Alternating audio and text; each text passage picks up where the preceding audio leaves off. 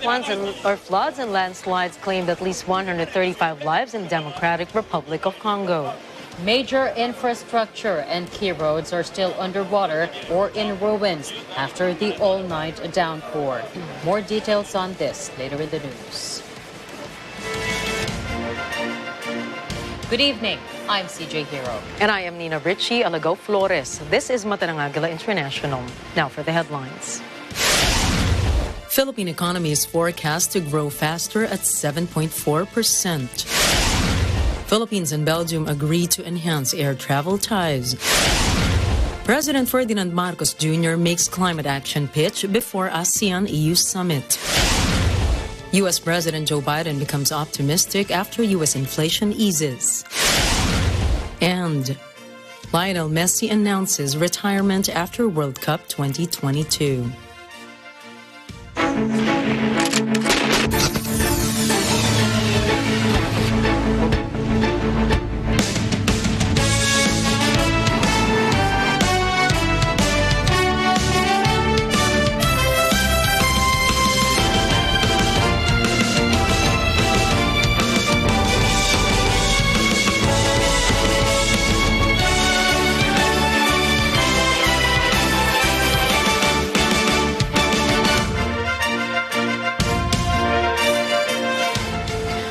Development Bank, or ADB, raised its forecast for the Philippines following a surprisingly robust performance of selected countries on the third quarter of the year.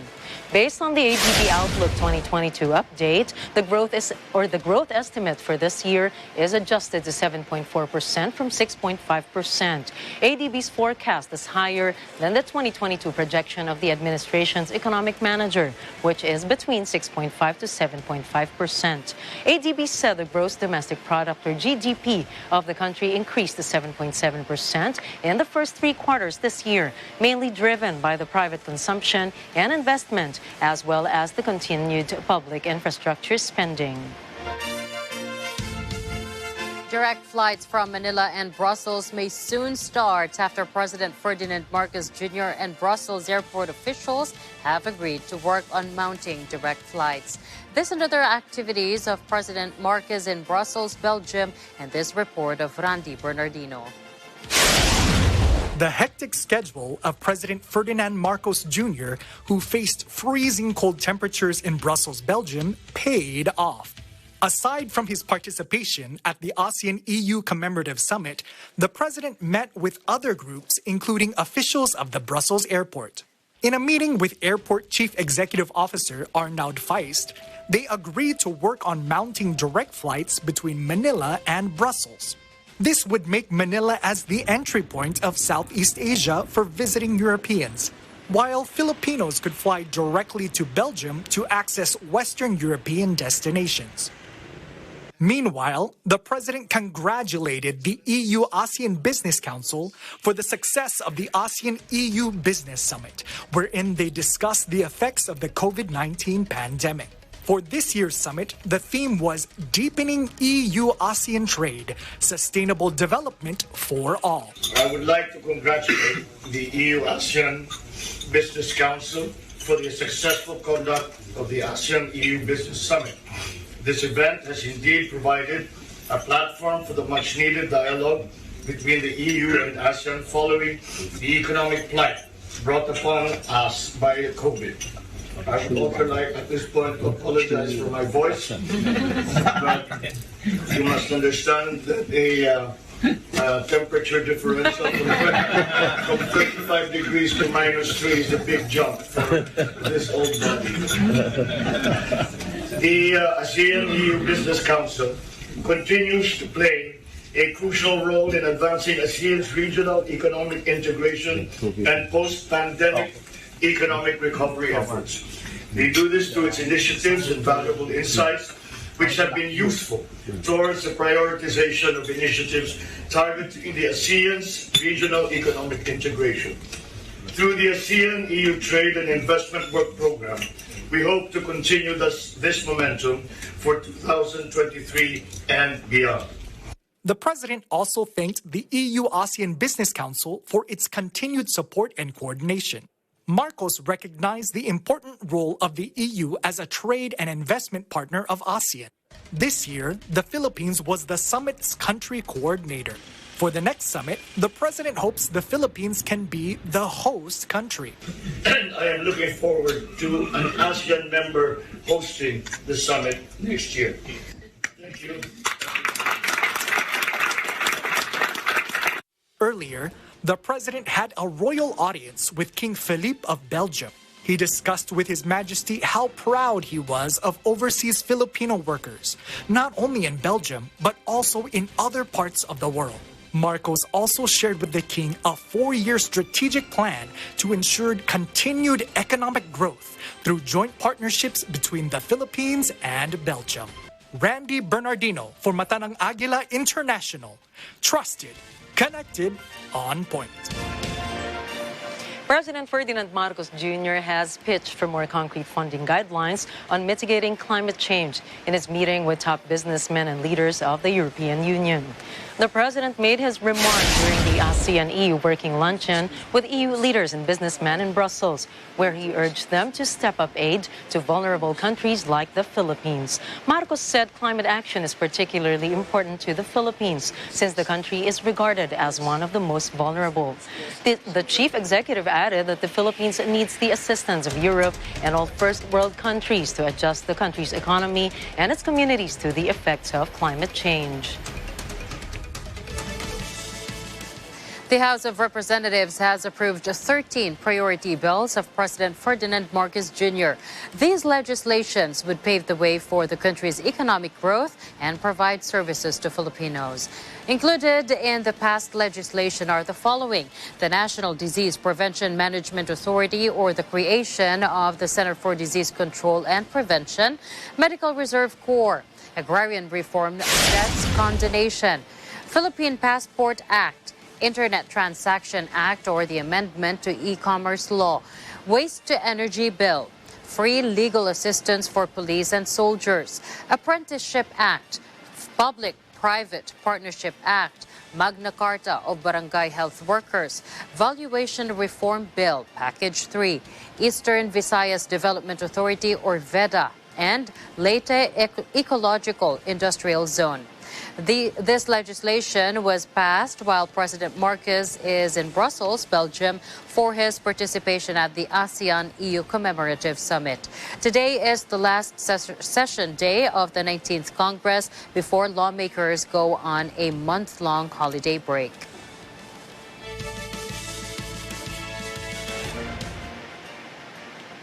Former officials of the Duterte administration have appeared before the Senate Blue Ribbon Committee in a probe on the contracts entered into by the government for the procurement of COVID-19 vaccines. However, they have refused to discuss publicly the details of the contracts entered into with the pharmaceutical companies, requiring their release be made only in an executive Senate session. Nadine Agila reports. The Senate Blue Ribbon Committee has commenced its investigation on the COVID-19 vaccine wastage.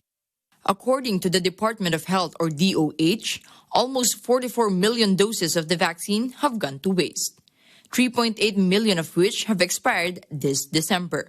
But the investigation has focused on the contracts entered into by the government with vaccine manufacturers. Lawmakers questioned former cabinet members of the Duterte administration why they did not submit to the Commission on Audit, or COA, documents on the details of the agreement. The senator said the public has the right to know the details of where and how the fund was used. That I really believe that the NDA will not prevent this committee from determining whether the NDA is still applicable insofar as this investigation is concerned. To its defense, the DOH said the agency is willing to cooperate with the investigation, but it needs permission from the vaccine manufacturers before it can release the details of the contracts. DOH officer in charge Maria Rosario Vergara explained that since October last year, the DOH sent a letter to these companies asking permission to release the documents, as requested by COA and for the Senate probe. Pfizer gave its permission to submit the documents to COA on the condition it would not be publicized, and that the details of the agreement would only be discussed through an executive session of the Senate.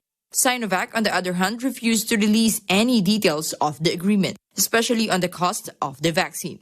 Meanwhile, AstraZeneca agreed to release details but reminded that the recipient should be careful in handling the information. That we can disclose, but COA has to uphold also the confidentiality agreement. Sinovac responded during that time that they cannot and they are not allowing that we disclose this specific information, especially on pricing, to anybody. Vergara said they informed COA about the conditions mentioned by the manufacturers.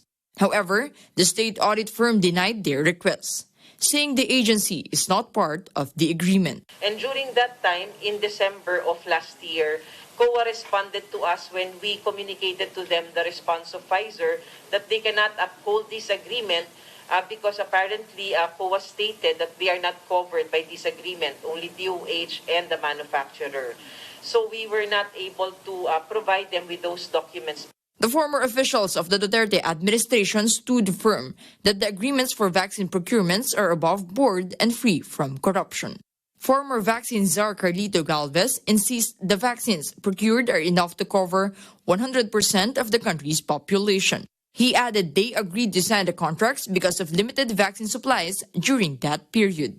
The non-disclosure agreement is part of the process, as among the manufacturer's main requirement before entering into supply agreements. Part of the national government, we had no choice at that time, as signing this agreement was the only way we could purchase much-needed vaccines doses. To recall, vaccine production at that time was very limited and was just starting to pick up. Given all the safety nets that has been put in place under RA 11525, all our negotiations and procurement transactions were above board. Former Finance Secretary Carlos Dominguez said they previously offered to lawmakers to present the details of the contracts and the vaccine prices, but were told the documents presented by the government before are enough. He denied that the former administration hid documents of the vaccine procurement and is willing to submit them to COA, but the details may not be made public, as required by the manufacturers. The DOH has vowed to submit the requested documents to COA, but the state audit firm needs to follow the requirements set by the vaccine manufacturers. COA, for its part, said once they have acquired the documents, they could finish the special audit by February of 2023. The Senate Blue Ribbon Committee has recommended that next time, government lawyers should be involved in the vaccine procurement negotiations. Hindi kasi bibili pa uli sila yung bivalent.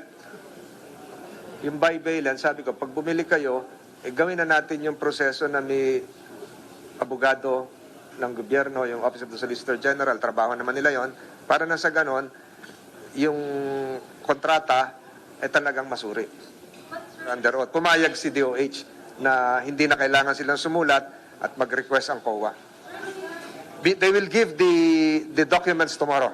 Since Congress will adjourn its session today for a month-long holiday break, the Blue Ribbon Committee will resume the probe next year. Nadine Aguilar, reporting for Mata ng Agila International. Trusted, connected, on point. Amid criticisms of the proposed Maharlika Wealth Fund, or MWF, the Department of Budget and Management insists that it is high time for the government to create a sovereign investment fund. Madeline Villar Moratelio has the details. The Department of Budget and Management, or DBM, is fully supportive of the proposed creation of the Maharlika Welfare Fund, or MWF. DBM Secretary Amina Pangandaman said the proposal is based on a report by the independent economic think tank Milken Institute, which helped the government study the sovereign fund. Just this morning, part of our TWG was a meeting with the Milken Institute of Singapore. They will release soon a report.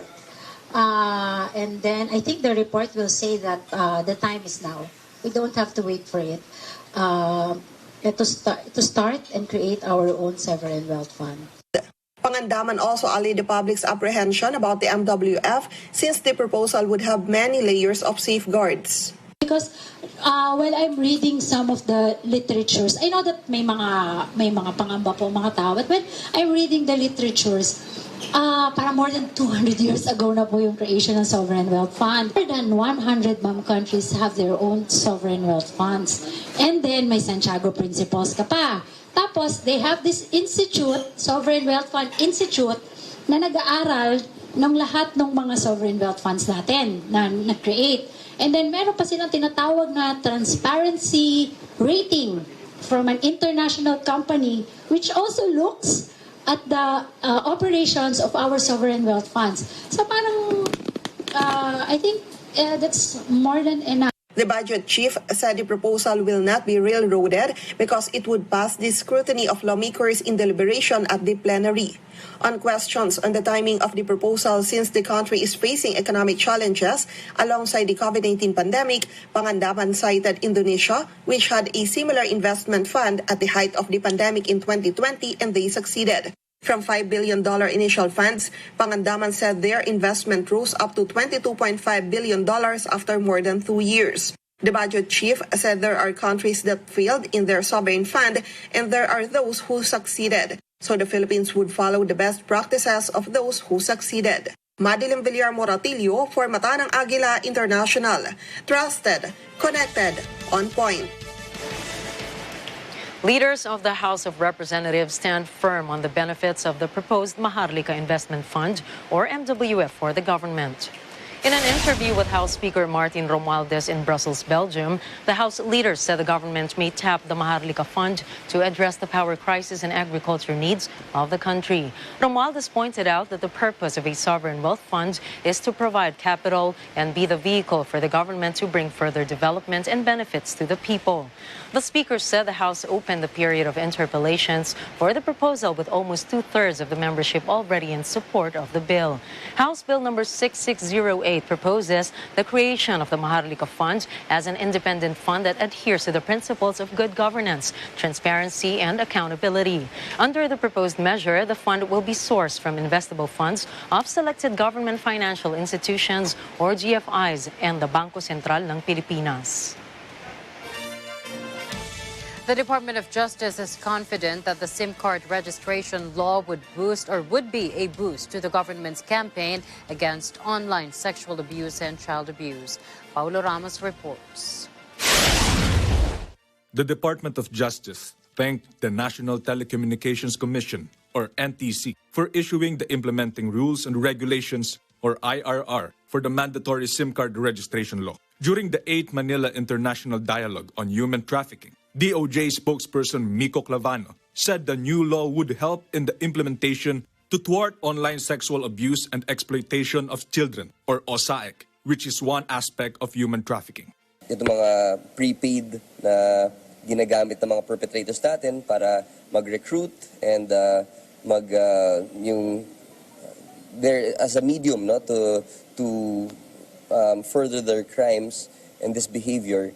Ay sana medyo ma-prevent na natin yun ngayon with the advent of this IRR sa SIM card registration. Under the IRR, mobile subscribers are required to register their SIM cards to avoid deactivation. Clavano said the SIM card registration is important in the government's war against OSAEC, where the Philippines is a hotspot for the crime. There's no real comparative study to show na tayo talaga ang number one, but I think what the Secretary was trying to say was it's safe to assume na tayong pinaka-hotspot because of the referrals we're getting, the complaints we're getting, which I think is already more than double dun sa mga referrals and complaints that other countries get. In this regard, Justice Secretary Crispin Remulla appealed to other countries to join the dialogues of ASEAN countries to formulate policies to strengthen its campaign against human trafficking. Southeast Asian nations and the greater international community stand to benefit from a regionally connected group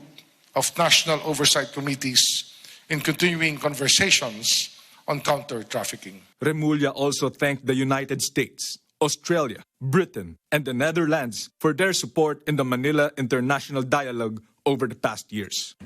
If we, national mandate holders, can work together the way the Royal Malaysia Police, the Royal Thai Police, and the Philippine National Police proactively, harmoniously, and efficiently work together through available channels, both formal and informal, I am confident that we can make progress and put an end to human trafficking.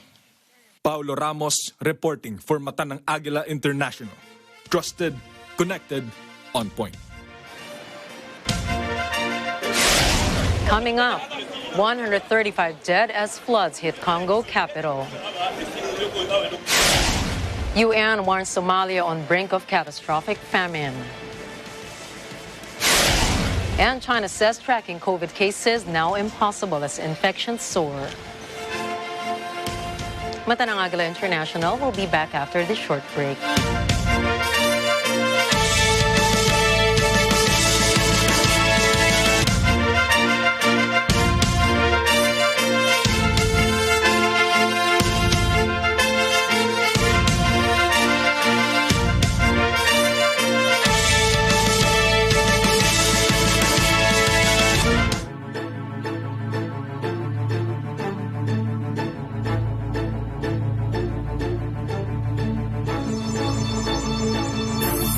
Sa Counterpoint, usapang puso muna tayo. Ang cardiovascular disease is the leading cause of death or mortality worldwide. Sad to say, the heart failure program in the Philippines have not really gone up yet. Maraming issues during this time.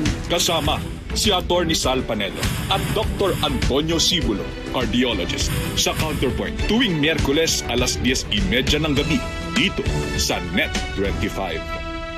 Sinong malapit sa puso mo? Siyempre, yung kabiyak mo. Siyempre. Pinakilala mo na sa akin yun. Correct. Si Susan, di ba? Hindi, ah. Bakit?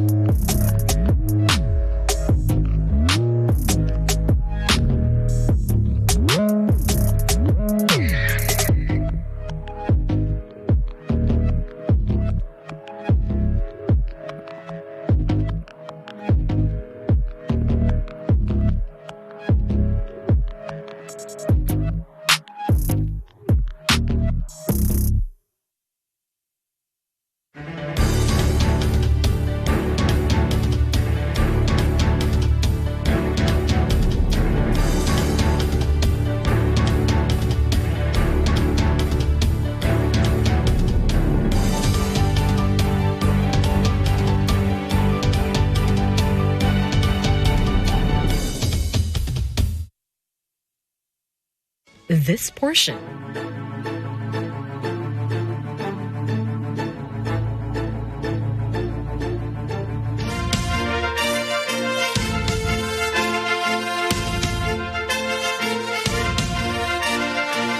The news continues here on Mata ng Agila International. At least 135 people are dead after floods caused by heavy rains swept parts of Kinshasa, the capital city of the Democratic Republic of Congo, or DRC, on Tuesday. Major roads in the center of the capital city have been submerged. Kinshasa is home to 15 million people. Images circulating on social media show a landslide in Hili, Montngafula district. It has cut off Highway 1, a key supply route linking the capital with the Atlantic Ocean port of Matadi. Located on the Congo River, Kinshasa has seen a huge population influx in recent years. Many dwellings are shanty houses built on flood-prone slopes, while the city suffers from inadequate drainage and sewerage. Relatives of victims say they have no strength to bury the dead bodies. In 2019, around 40 people died in floods and landslides. Floods also inundated streets in the upmarket government district of Gombe, where many ministries and embassies are located. For the second time in 6 days, Lisbon and its suburbs are experiencing severe flooding. The floods are causing chaos and destruction. Many homes and businesses have been affected. The Portuguese capital's town hall issued a red alert and called on the population to avoid traveling. Most access roads to the city center are cut off or very difficult to use. Residents say flood waters have entered their homes to almost a meter high. Some have to climb to the highest parts of the city to spend the night until the water recedes. The United Nations say humanitarian aid and support from local communities have helped avert a dreaded famine declaration in Somalia this year. However, the situation remains catastrophic. The UN humanitarian agency OCHA says the latest assessment found that technically Somalia was not yet in the grip of full-blown famine. UN spokesperson Jens Lurkes warns that this does not mean that people are not experiencing catastrophic food shortages.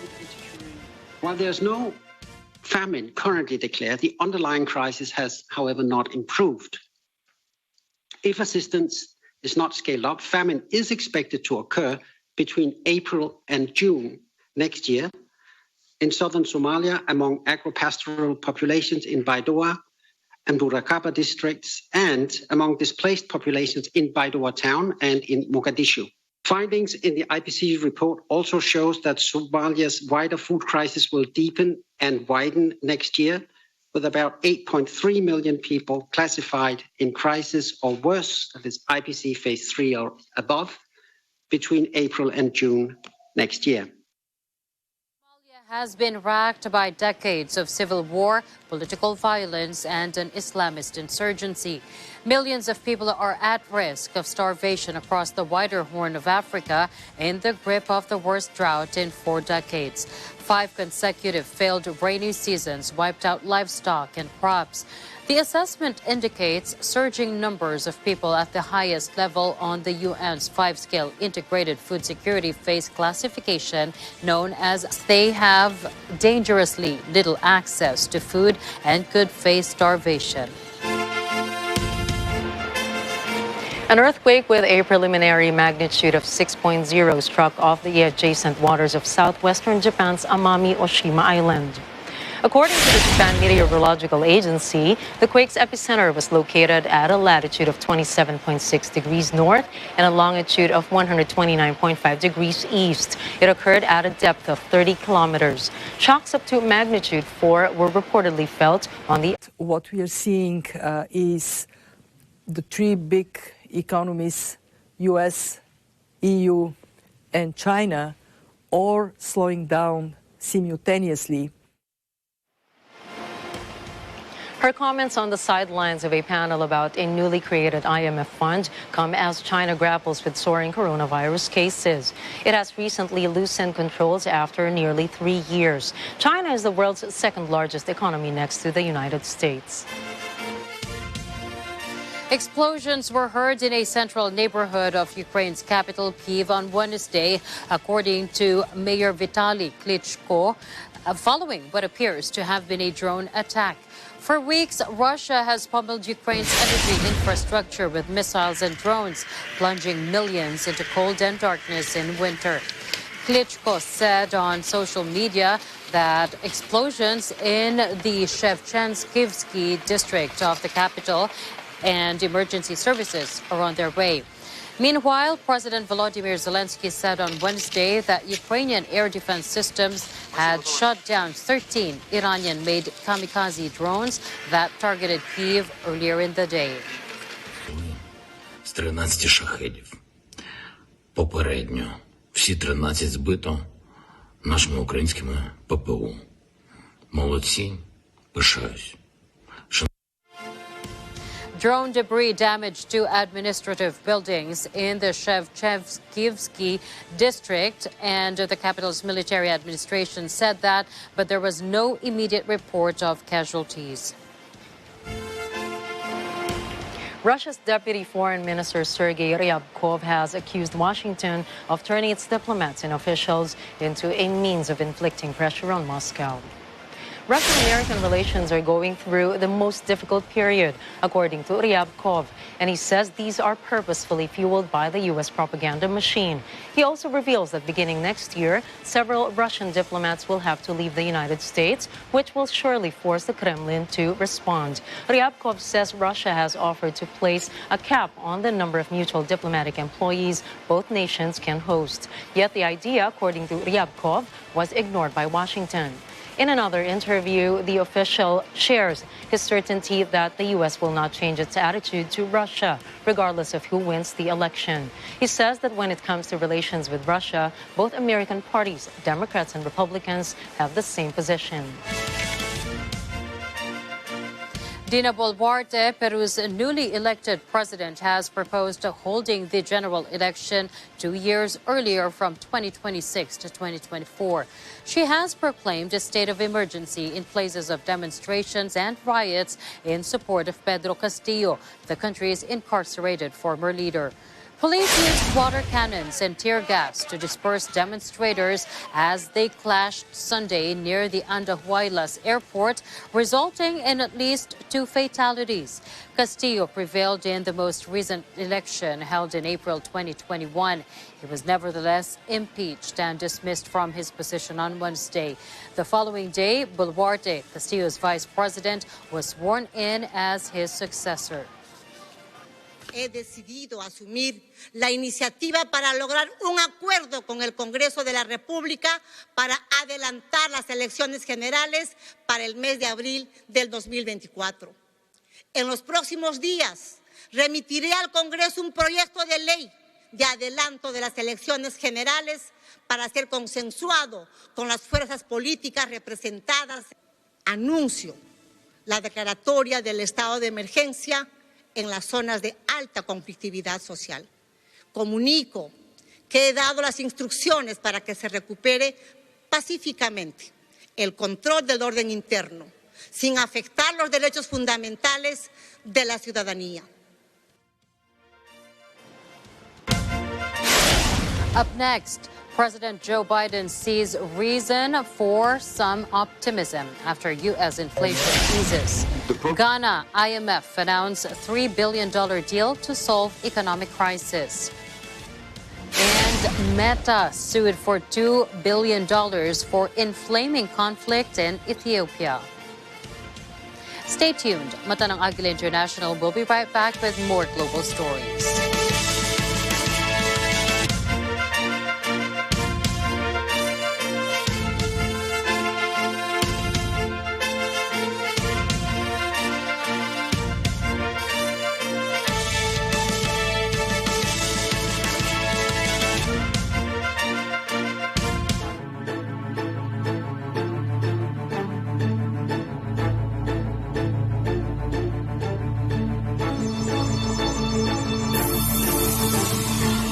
Sa Counterpoint, usapang puso muna tayo. Ang cardiovascular disease is the leading cause of death or mortality worldwide. Sad to say, the heart failure program in the Philippines have not really gone up yet. Maraming issues during this time.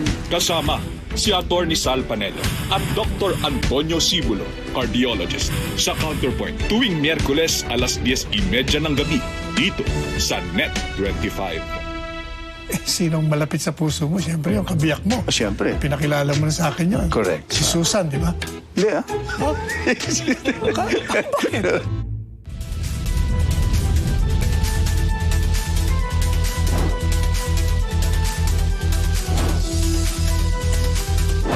Dito, ang inyong sumbong, siguradong may respondeng katapat. Hindi nagdadalawang isip na tumulong sino man ang nangangailangan. Kababayan natin sa Singapore na may sakit na pancreatic cancer, binisita ng responde.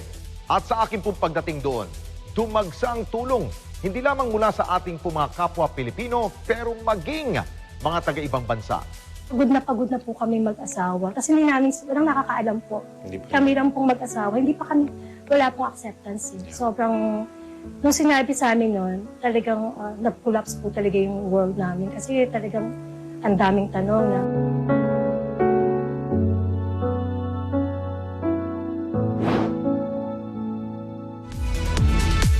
Mapapanood nyo kami sa mga sumusunod na mga channels. Sabado, alas 6 hanggang alas 7 ng gabi. Ito ang Responde, Mata ng Mamamayan. This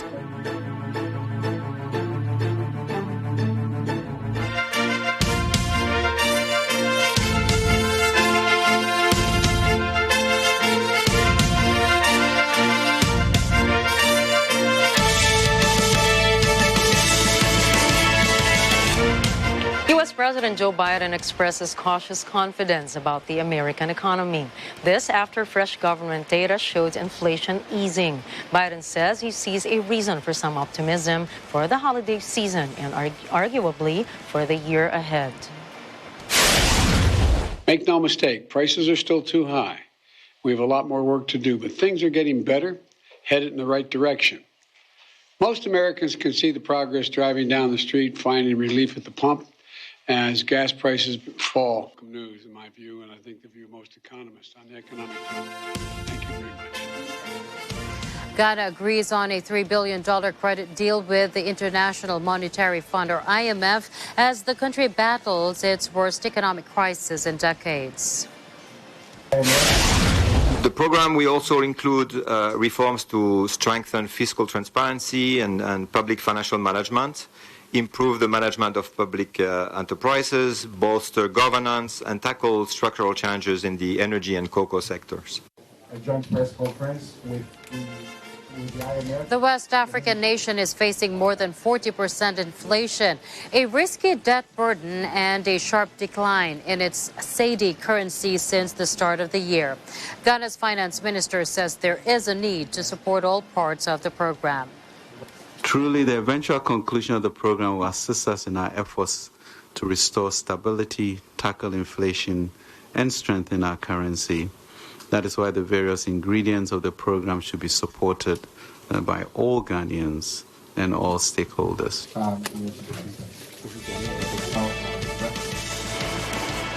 The Pediatric Intensive Care Unit of Berlin St. Joseph's Hospital braces for a difficult winter with services pushed to the limit.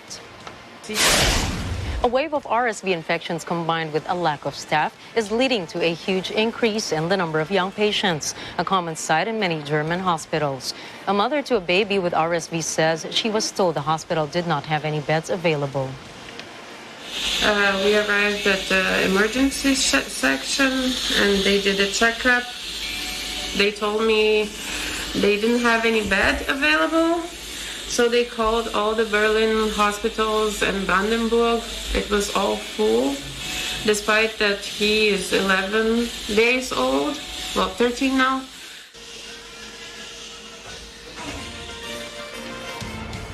South Africa's scandal engulfed President Cyril Ramaphosa easily survives a vote in parliament. The vote is on whether to initiate impeachment proceedings that could force him out of office.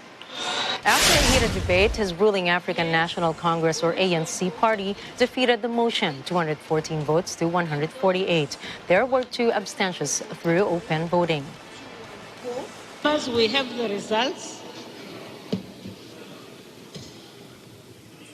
yes, those who have voted yes, 148, and those who have voted no, 214. Hold on, honorable members. Abstention 2. And therefore, the Section 891 inquiry will therefore not be proceeded with. I thank you, honorable members. That concludes the business of the day, and the House is adjourned.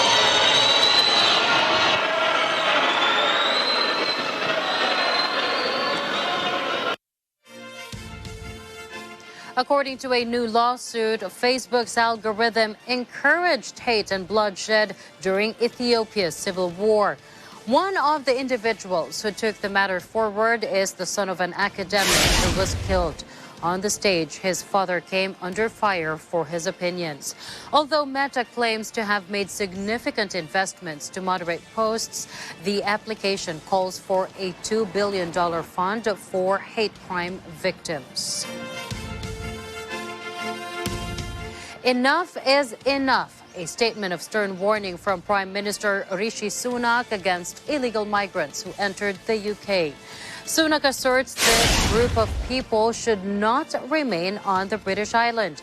He warns they will be detained and swiftly returned either to their home country or to a safe place of asylum.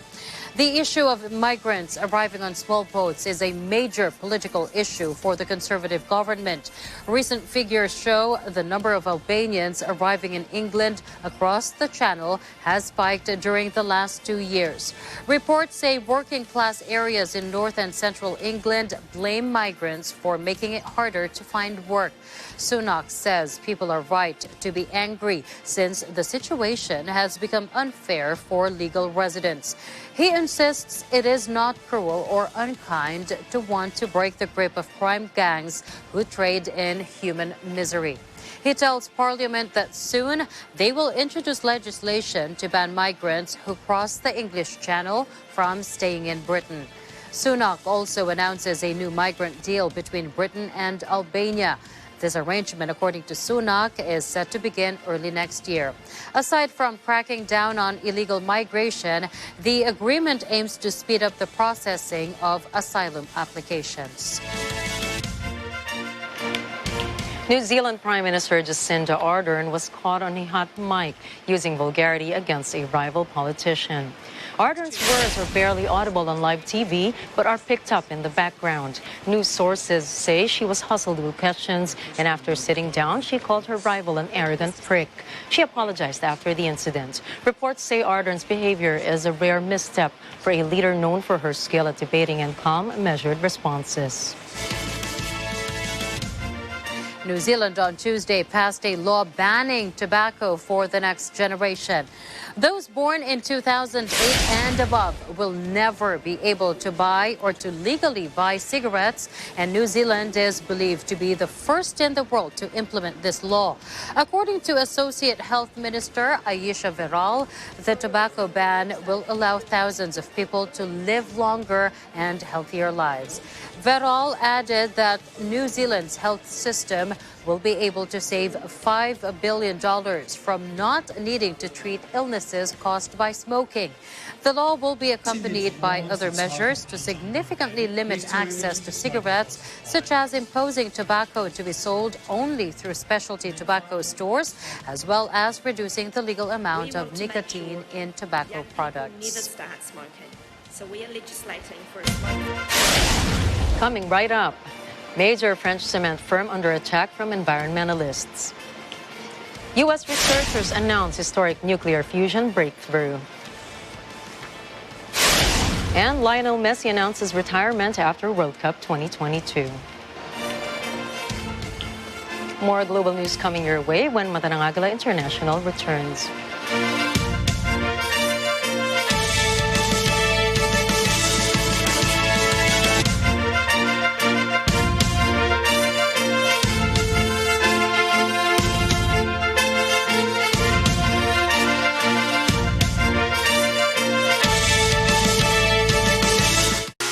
Derang si Sanem, ipapakasal na raw kay nerdy niyang neighbor na si Zebercheck. Ikaw? At saka ako, pinaparis ng mga magulang natin para magpakasal. Na hindi naman type ni Sanem. May pila pa sa labas ng mga lalaki na nag-aaway para sa kamay mo? Girl, kilos na bago mahuli ang lahat. Pinapamigay na nila ako. Kailangan kong humanap ng trabaho. Ng trabaho? Ito ang option ko. Ayun naman pala. Kasalan no more. Magtatrabaho na lang si Sanem. Pero, kakayanin kaya niya mag-adjust sa corporate life? O tipong mahigpit ang HR manager? May newbie daw sa department mo. At supladita pa ata ang mataray niyang boss. Ano bang problema mo, Sanem? Masaya ka na sa tindahan eh. Anong ginagawa mo rito? Hindi ka nababagay sa lugar na to. Pero ano ito? Enough reason ba ito for her to stay? Kiligin gabi-gabi sa Daydreamer. Simula December 12, Monday to Friday, 7:30 p.m. Dito lang sa Net 25. Panalo tayo pag together, walang talo pag together. Let's dance together sa Net 25.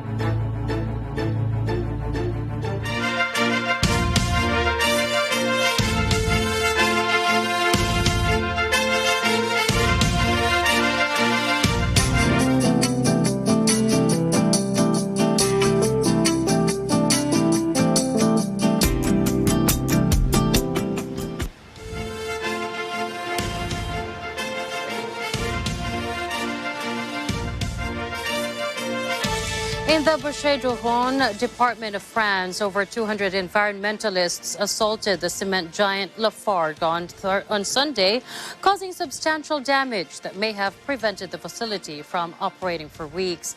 The company responded by stating that all of the company's operations use cutting-edge, environmentally friendly equipment.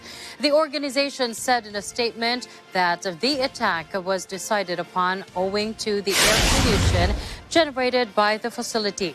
According to Richard Malley, mayor of Bourg-Belair, the enterprise may have to halt operations for the ensuing few weeks due to the damage.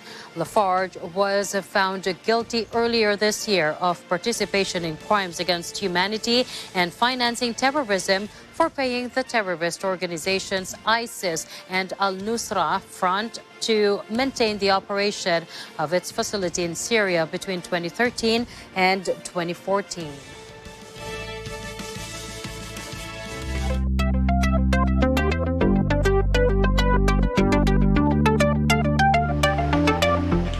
U.S. researchers announced a historic nuclear fusion breakthrough, hailing a landmark achievement in the quest for a source of unlimited clean power and an end to reliance on fossil fuels.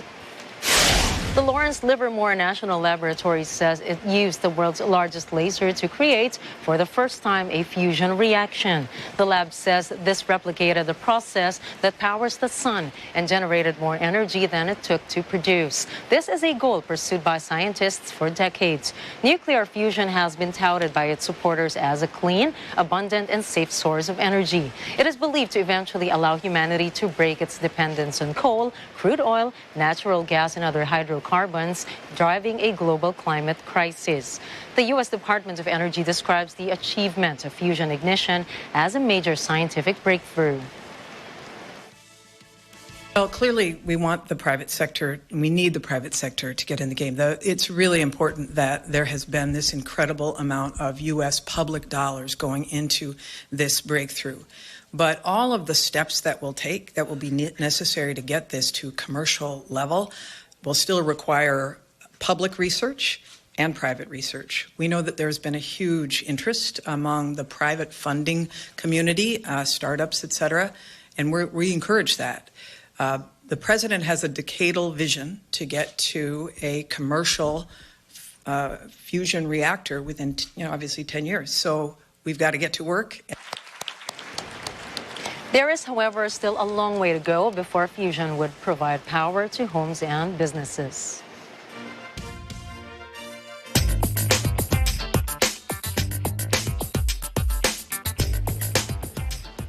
To defend China's legitimate rights and interests, Beijing has filed a dispute with the World Trade Organization over U.S. restrictions on chip exports. Chinese Foreign Ministry spokesperson Wang Wenbin also accused the United States of threatening global supply chains. 美国滥用出口管制措施，阻碍芯片等产品的正常国际贸易，将对全球半导体供应链造成扭曲，对国际贸易造成扰乱。Wenbin also urged all countries to stand up and not let Washington's unilateralism and protectionism go unchecked. He said the subject matter of the dispute concerns the stability of the global trade system and, more importantly, international justice. Meanwhile, to combat U.S. curbs on Chinese semiconductors, news sources said Beijing is working on a more than a trillion yuan or $143 billion support package. The fiscal incentive packages aim to help the industry gain self-sufficiency from Washington's attacks on its technological advances. Sources further said Beijing's plan could be implemented early next year. In October, the Biden administration announced new export controls aimed at restricting China's ability to buy and manufacture high-end chips with military applications. The chip embargo complicated Beijing's push to further its own semiconductor industry and develop advanced military systems.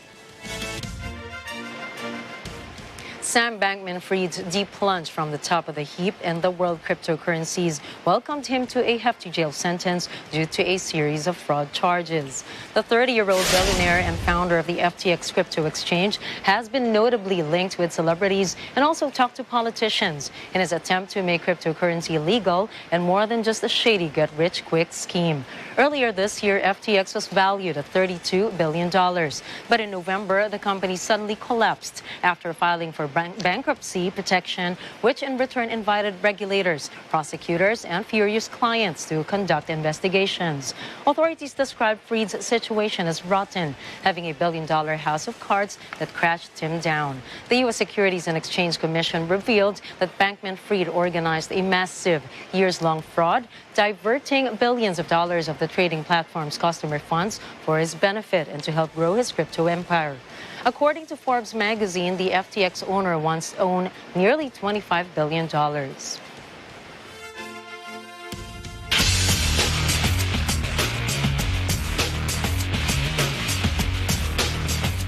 Argentinian football superstar Lionel Messi has confirmed that the FIFA World Cup 2022 will be his last match, and he will retire after the finals to be held on December 18. According to Messi, he is happy to achieve this victory and end his World Cup journey with his last game in the finals. Messi led Argentina to a 3-0 semifinal win against Croatia this Tuesday. The Argentina team is going to the finals of the FIFA World Cup while waiting to see who will win from the semifinal match between France and Morocco. The current season is Messi's 5th time playing in the World Cup, and this is the 6th time the Argentina team has entered the World Cup finals.